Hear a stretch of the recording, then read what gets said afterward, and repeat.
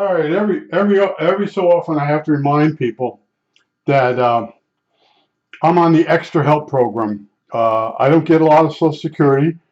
I've had enough weeks in to get something, but I told you I'm not kidding around. I quit working full time at 37 years old.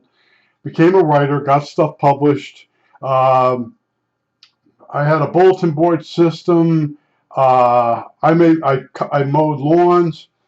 I did all kinds of things for money, just to get along. I didn't need a lot of money, and then I started doing R&D research on CNC machines, and I whizzed through a lot of my savings, my retirement savings, and basically I left New Jersey. I moved here. Took the money. I was 56 years old, so I got the money. When I sold the house, I got a big bag of money, tax free. Came here, bought a house. And since then, the house went up $150,000. Uh, I reached an age where I could get Social Security. They gave me a hard time, but I had enough weeks. So to start with, I got like 900 something bucks. And my father, 30 years ago, got 1,024 per month. So I had the house paid off here. I didn't have a car, and my health was hanging in there.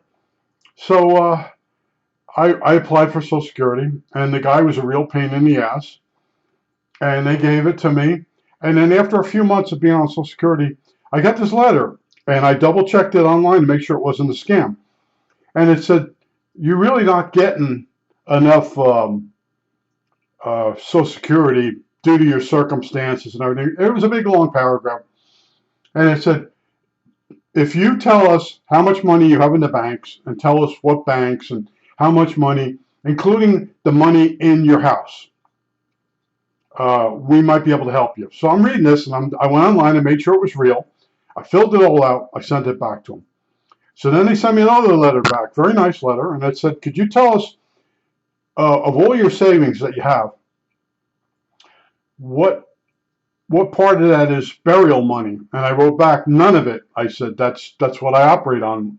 So they came back and they said, "All right, we're going to help you." So the extra help they give you pays part of your Part D of Social Security. Remember, you got it. Social Security pays you so much, and then you buy a supplement. So I called the girl up and I said, "Can I increase my coverage a little bit to the next rung?" And she said, "Yeah." So I did that. So the state or government, I think it's the state. They kick money in every month to help me pay my Medicaid supplement, Medicare, not Medicaid, Medicare supplement. So if I get any income at all from anywhere, illegally or legally, without telling them, or if I do get it and tell them, they could drop my extra help. So now I have to work so many hours at something just to get up to what I'm already getting. Now, on top of that, something about the extra help, the tax rebate for my area, for PA, let's just say I pay $2,000 a year taxes, and they give me 1,800 back. That was starting last year. Before that, they used to give me back 1,000, almost $1,000, 900 something. So if I have income coming in, that goes away. See, the whole thing is they should just give me more Social Security each month and let me fend for myself. But that's not how they do it. So if I monetize my my channel for YouTube, I have to tell them, and then they cut it off. Now, how much am I going to get from YouTube? And when you monetize, it just becomes a rat race. I've watched the other people, what they say, and what happens is you got to keep really producing a lot of content. So you're working really hard just to stay where you already were. And it takes a lot of followers and a lot of things. Then you get the followers that start telling you what you should be doing. And this is my hobby. I do what I want to do. And I must have said this so many times. And some people, well, you ought to do this. No, no, you don't understand. This is my hobby, not your hobby. And that's why, when I got to 1,000 subscribers once before, I had 1,000 videos that I deleted. And people were like, well, I didn't get all your videos. I need you to email me your videos that you took down. Go away. Go away. I don't have to do nothing for you. I don't know who you are. Go away. So anyway, I went through all this nonsense, and I slowly put videos up again. I got up to it. I think I'm over 1,000 videos, another 1,000 subscribers. And when the trolls came along, I handled it a little different. There's trolls now that still post ads and they still post nasty comments, but they're ghosted. I see that someone's replied to something, but it don't show up because they've been ghosted. I ghosted them. They did some nonsense or told me what I should be doing with my life. I ghost them. I don't need it. I don't need their nonsense because, you know, I'm 73 years old. I still read. I still try to learn new things, but it's at my own rate. I'm not going to do somebody else's dream. Let them do it. I told you, the one guy kept picking on my camera. And I said, well, you know, I immediately click on his picture or his link, and I go, he has no videos. So I said something, oh, I have trouble, I don't know how to edit. Well, guess what? I do, but I don't. Anyway, people are so quick to say something, but when it's their home turf, oh, I don't know how to do that. Well, I don't want to do that. Well, leave me alone. I'm doing what I'm doing because this is one of my hobbies. The other one I told you, I go for long walks. And everybody's different. And everybody's got suggestions for me. I'm not looking for more money. The Social Security is building up. Now, I mentioned the extra help. They told me I can have up to $18,000 in the bank without that being a debt for my burial. See, I can't go over 18,000. Now, I was talking to some other guy that's sort of on the same program, and he says they've raised it. So I don't know what they raised it to. But in other words, I keep a certain amount of money in the bank, and that's for emergencies. There's so many times where, you know, I have to call a plumber, and I can install the hot water heater myself, but then I have to have it delivered. There's all kinds of, you know, you need a certain size pipe. Now you got to go somewhere and get the pipe. I don't have a car. So what I'll do is I'll just call the plumber, and I'll help him. And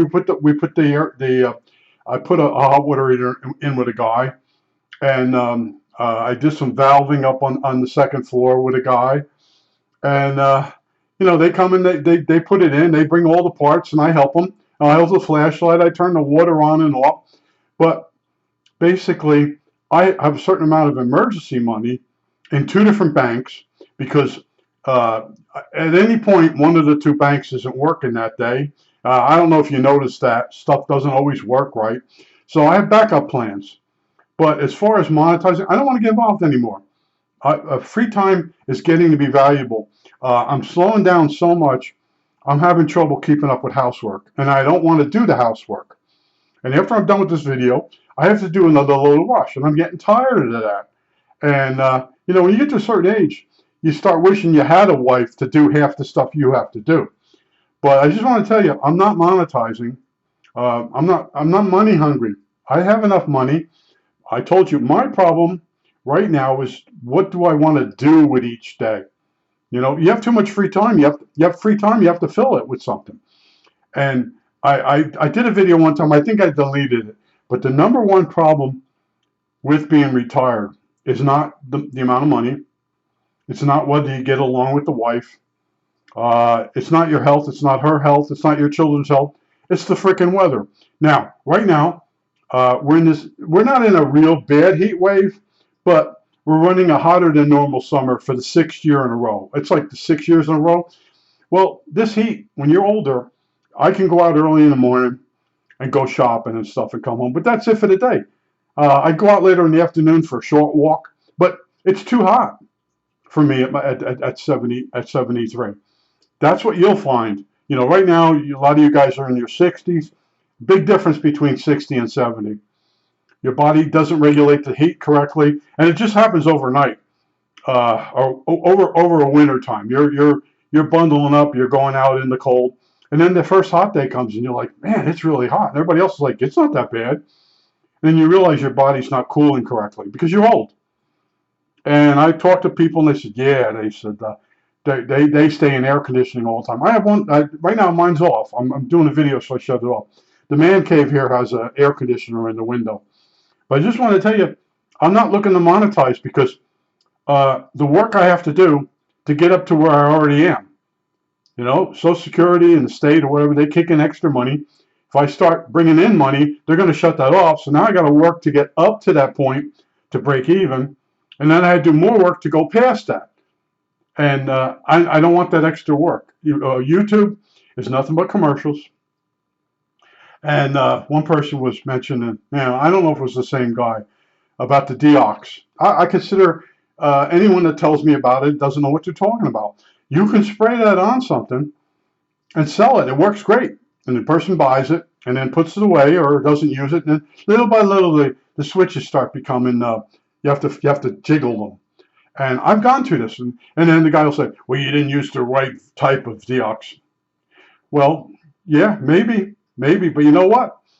I have so many bad stories and bad experiences with Deox that I never want it near me. I don't care if it's new and improved for the 100th time. It's a slight acid. It cleans the contacts, but then you put acid on some type of brass or copper or silver-plated copper, it's going to tarnish it over a period of time. And then you're back to spraying it again. And this radio here was badly sprayed. And I have some knobs or some wafer switches that I have to jiggle. And I knew when I bought it, right after I bought it, I looked underneath and I could tell it was still wet. And the person was hoping he could get it working to charge me more money. But what I lucked out on was he didn't spray the band selector. Go look at the video for the Hellcrafters SX42, where the guy shows you where he goes, the person bathed it or bathed it, or saturated it with Deox, and now the Bakelite wafer switch is conductive, and it's conducting to the metal post that goes through the wafer. And he shows you it, and it's like he had to do a workaround on that. And that whole switch could keep doing that. If section by section, it could start failing. But I've had enough radios that have been sprayed with Deox, and these are vendor guys. What they do is they try to get the radio working as best they can so they can put it on eBay for the most amount of money. And there's some real nightmare radios right now, Hellcrafters SX42 on eBay. And some of them, if you really look at them, they look really bad. Well, I'm going to tell you, if they look bad on eBay, they're twice as bad. You can see the rust. See, I know what to look for now. And this SX42 is a rack mount. It's not the one that comes in the case. It's a little bit different. But like I said, it has really good audio. It's got good sensitivity. I can adjust the selectivity by turning some knobs. At that time when this was made, this was Hellcrafters' best radio. I bought it because everybody said how hard it was to work on. Now I've only found like 4 guys that worked on one of these online, and one of them didn't finish. He recapped it. He had no audio at the end, so he doesn't know how to troubleshoot it. He just went in there and started changing capacitors. Whether he put one in the wrong place, I don't know. But I have my way of doing everything because it's based on experience. And anytime you try to cut a corner in life, it can come back to bite you in the ass. Now, if you ever watch The Simpsons, one episode, Homer's got a squirrel on his ass, biting his ass. And at one point he says, what else is going to come back to bite me in the ass? Or something like that. And they zoom out and they show you from the last scene or whatever, he's got the squirrel on his ass. But in life, you got to do what's right, because when you cheat or cut corners, it catches up to you. Now, I told you, I was the guy that when everybody would do cut corners and do stuff wrong, the boss would make me go over and fix it correctly. And in RCA, they would call you a shoemaker. You're a shoemaker. And a shoemaker, if you ever see a pair of shoes being made, there's a lot of gluing going on. It's not real precision work. And that was a bad insult. And we had guys that, I won't go into the stories. The one guy that I took over his job, he cut corners on every chassis and then instead of fixing it, and then all his chassis they weren't even lighting the tubes up. And the guy who was over my boss was over him never noticed it, but when I took it over, he noticed it. And then every day he made sure every single unit that was up was operating. But he didn't do that with the other guy. And then we had bad tubes that went into stock because the guy that was testing them wasn't doing it right.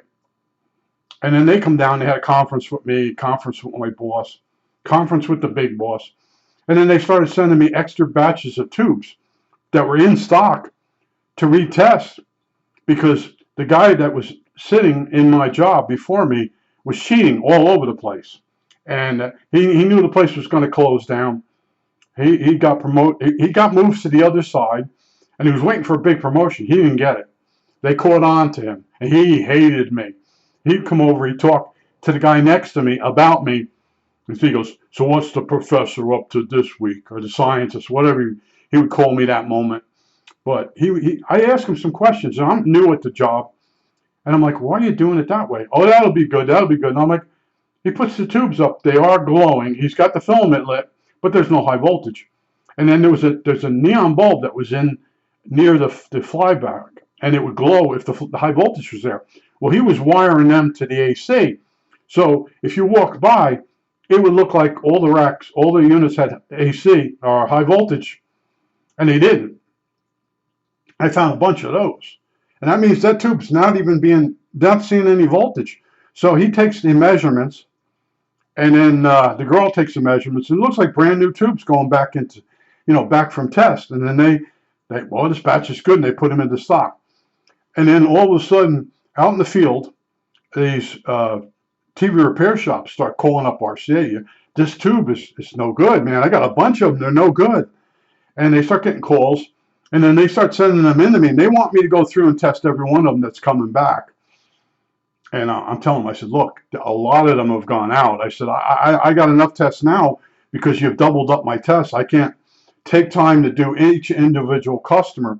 I said, just start sending them a new tube from the ones we know are new. And then that's what they did. But yeah, in life, you got to watch what you do. And I'm not going to ruin my extra help because of YouTube. I don't like YouTube. I'm on YouTube. It's just a hobby for me. I watch different people's channels. There's so many freaking commercials now. Someone says, "Oh, get was it something plus? YouTube Plus, is it 12 something a month?" I'm not paying $12.95 a month to have someone recommend to me a guy bringing another car home that he's never going to rebuild. There's so many videos that are recommended to me, and it's the guys.